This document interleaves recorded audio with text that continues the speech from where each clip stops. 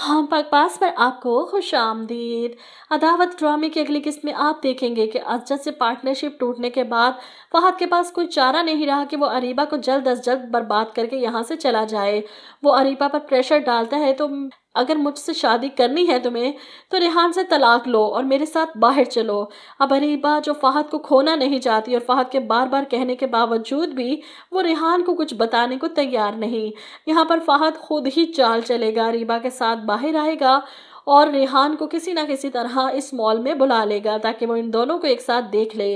और ऐसा ही होता है। रेहान अरीबा को फहद के साथ यूं हंसता मुस्कुराता देख हाथ पकड़कर इसे घर लाकर धक्का देता है, जिस पर अरीबा चिल्लाती है, मैं तुम लोगों की कोई जर खरीद गुलाम नहीं हूँ। जिस पर रेहान कहता है, अरीबा तुम्हारे बहुत एहसानात थे मुझ पर, मेरे घर को मेरी बच्ची को संभाला, लेकिन आज जो तुमने वफा का दामन हाथ से छोड़ा है ना, धोखा दिया है तुमने मुझे।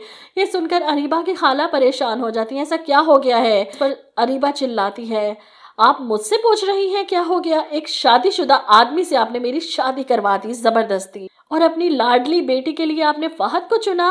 अपनी बेटी और मुझ में इतना फर्क रखा, करते ना अपनी बेटी की शादी भी किसी शादीशुदा मर्द से तो आपको पता चलता।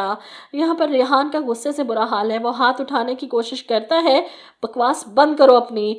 जिस पर अरीबा भी चुप नहीं रहती। हाँ करती हूँ मैं मोहब्बत फहद से, आज से नहीं तब से करती हूँ जब से मारिया की शादी भी नहीं हुई थी इससे।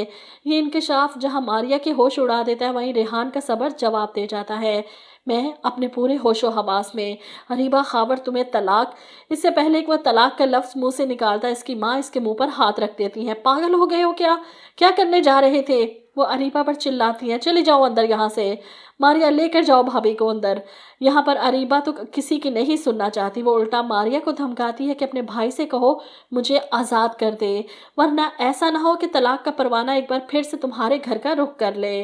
मारिया हैरत से पलटकर अरीबा को देखती है, इसे यकीन नहीं आता कि सामने इसकी दोस्त खड़ी है, लेकिन इसके मुंह से सच्चाई सुनने के बाद मारिया को अच्छे से समझ आ चुकी है कि कसूरवार फहद नहीं अरीबा है। इसी ने फहद के जहन में वो शक का बीज डाला था, जिसके बाद इसने खड़े खड़े तलाक दे दी। अपनी महरूमियों का बदला लेने के लिए इसने मारिया की जिंदगी बर्बाद कर दी और अब दूसरी बार बर्बाद करने की धमकियां भी दे रही है।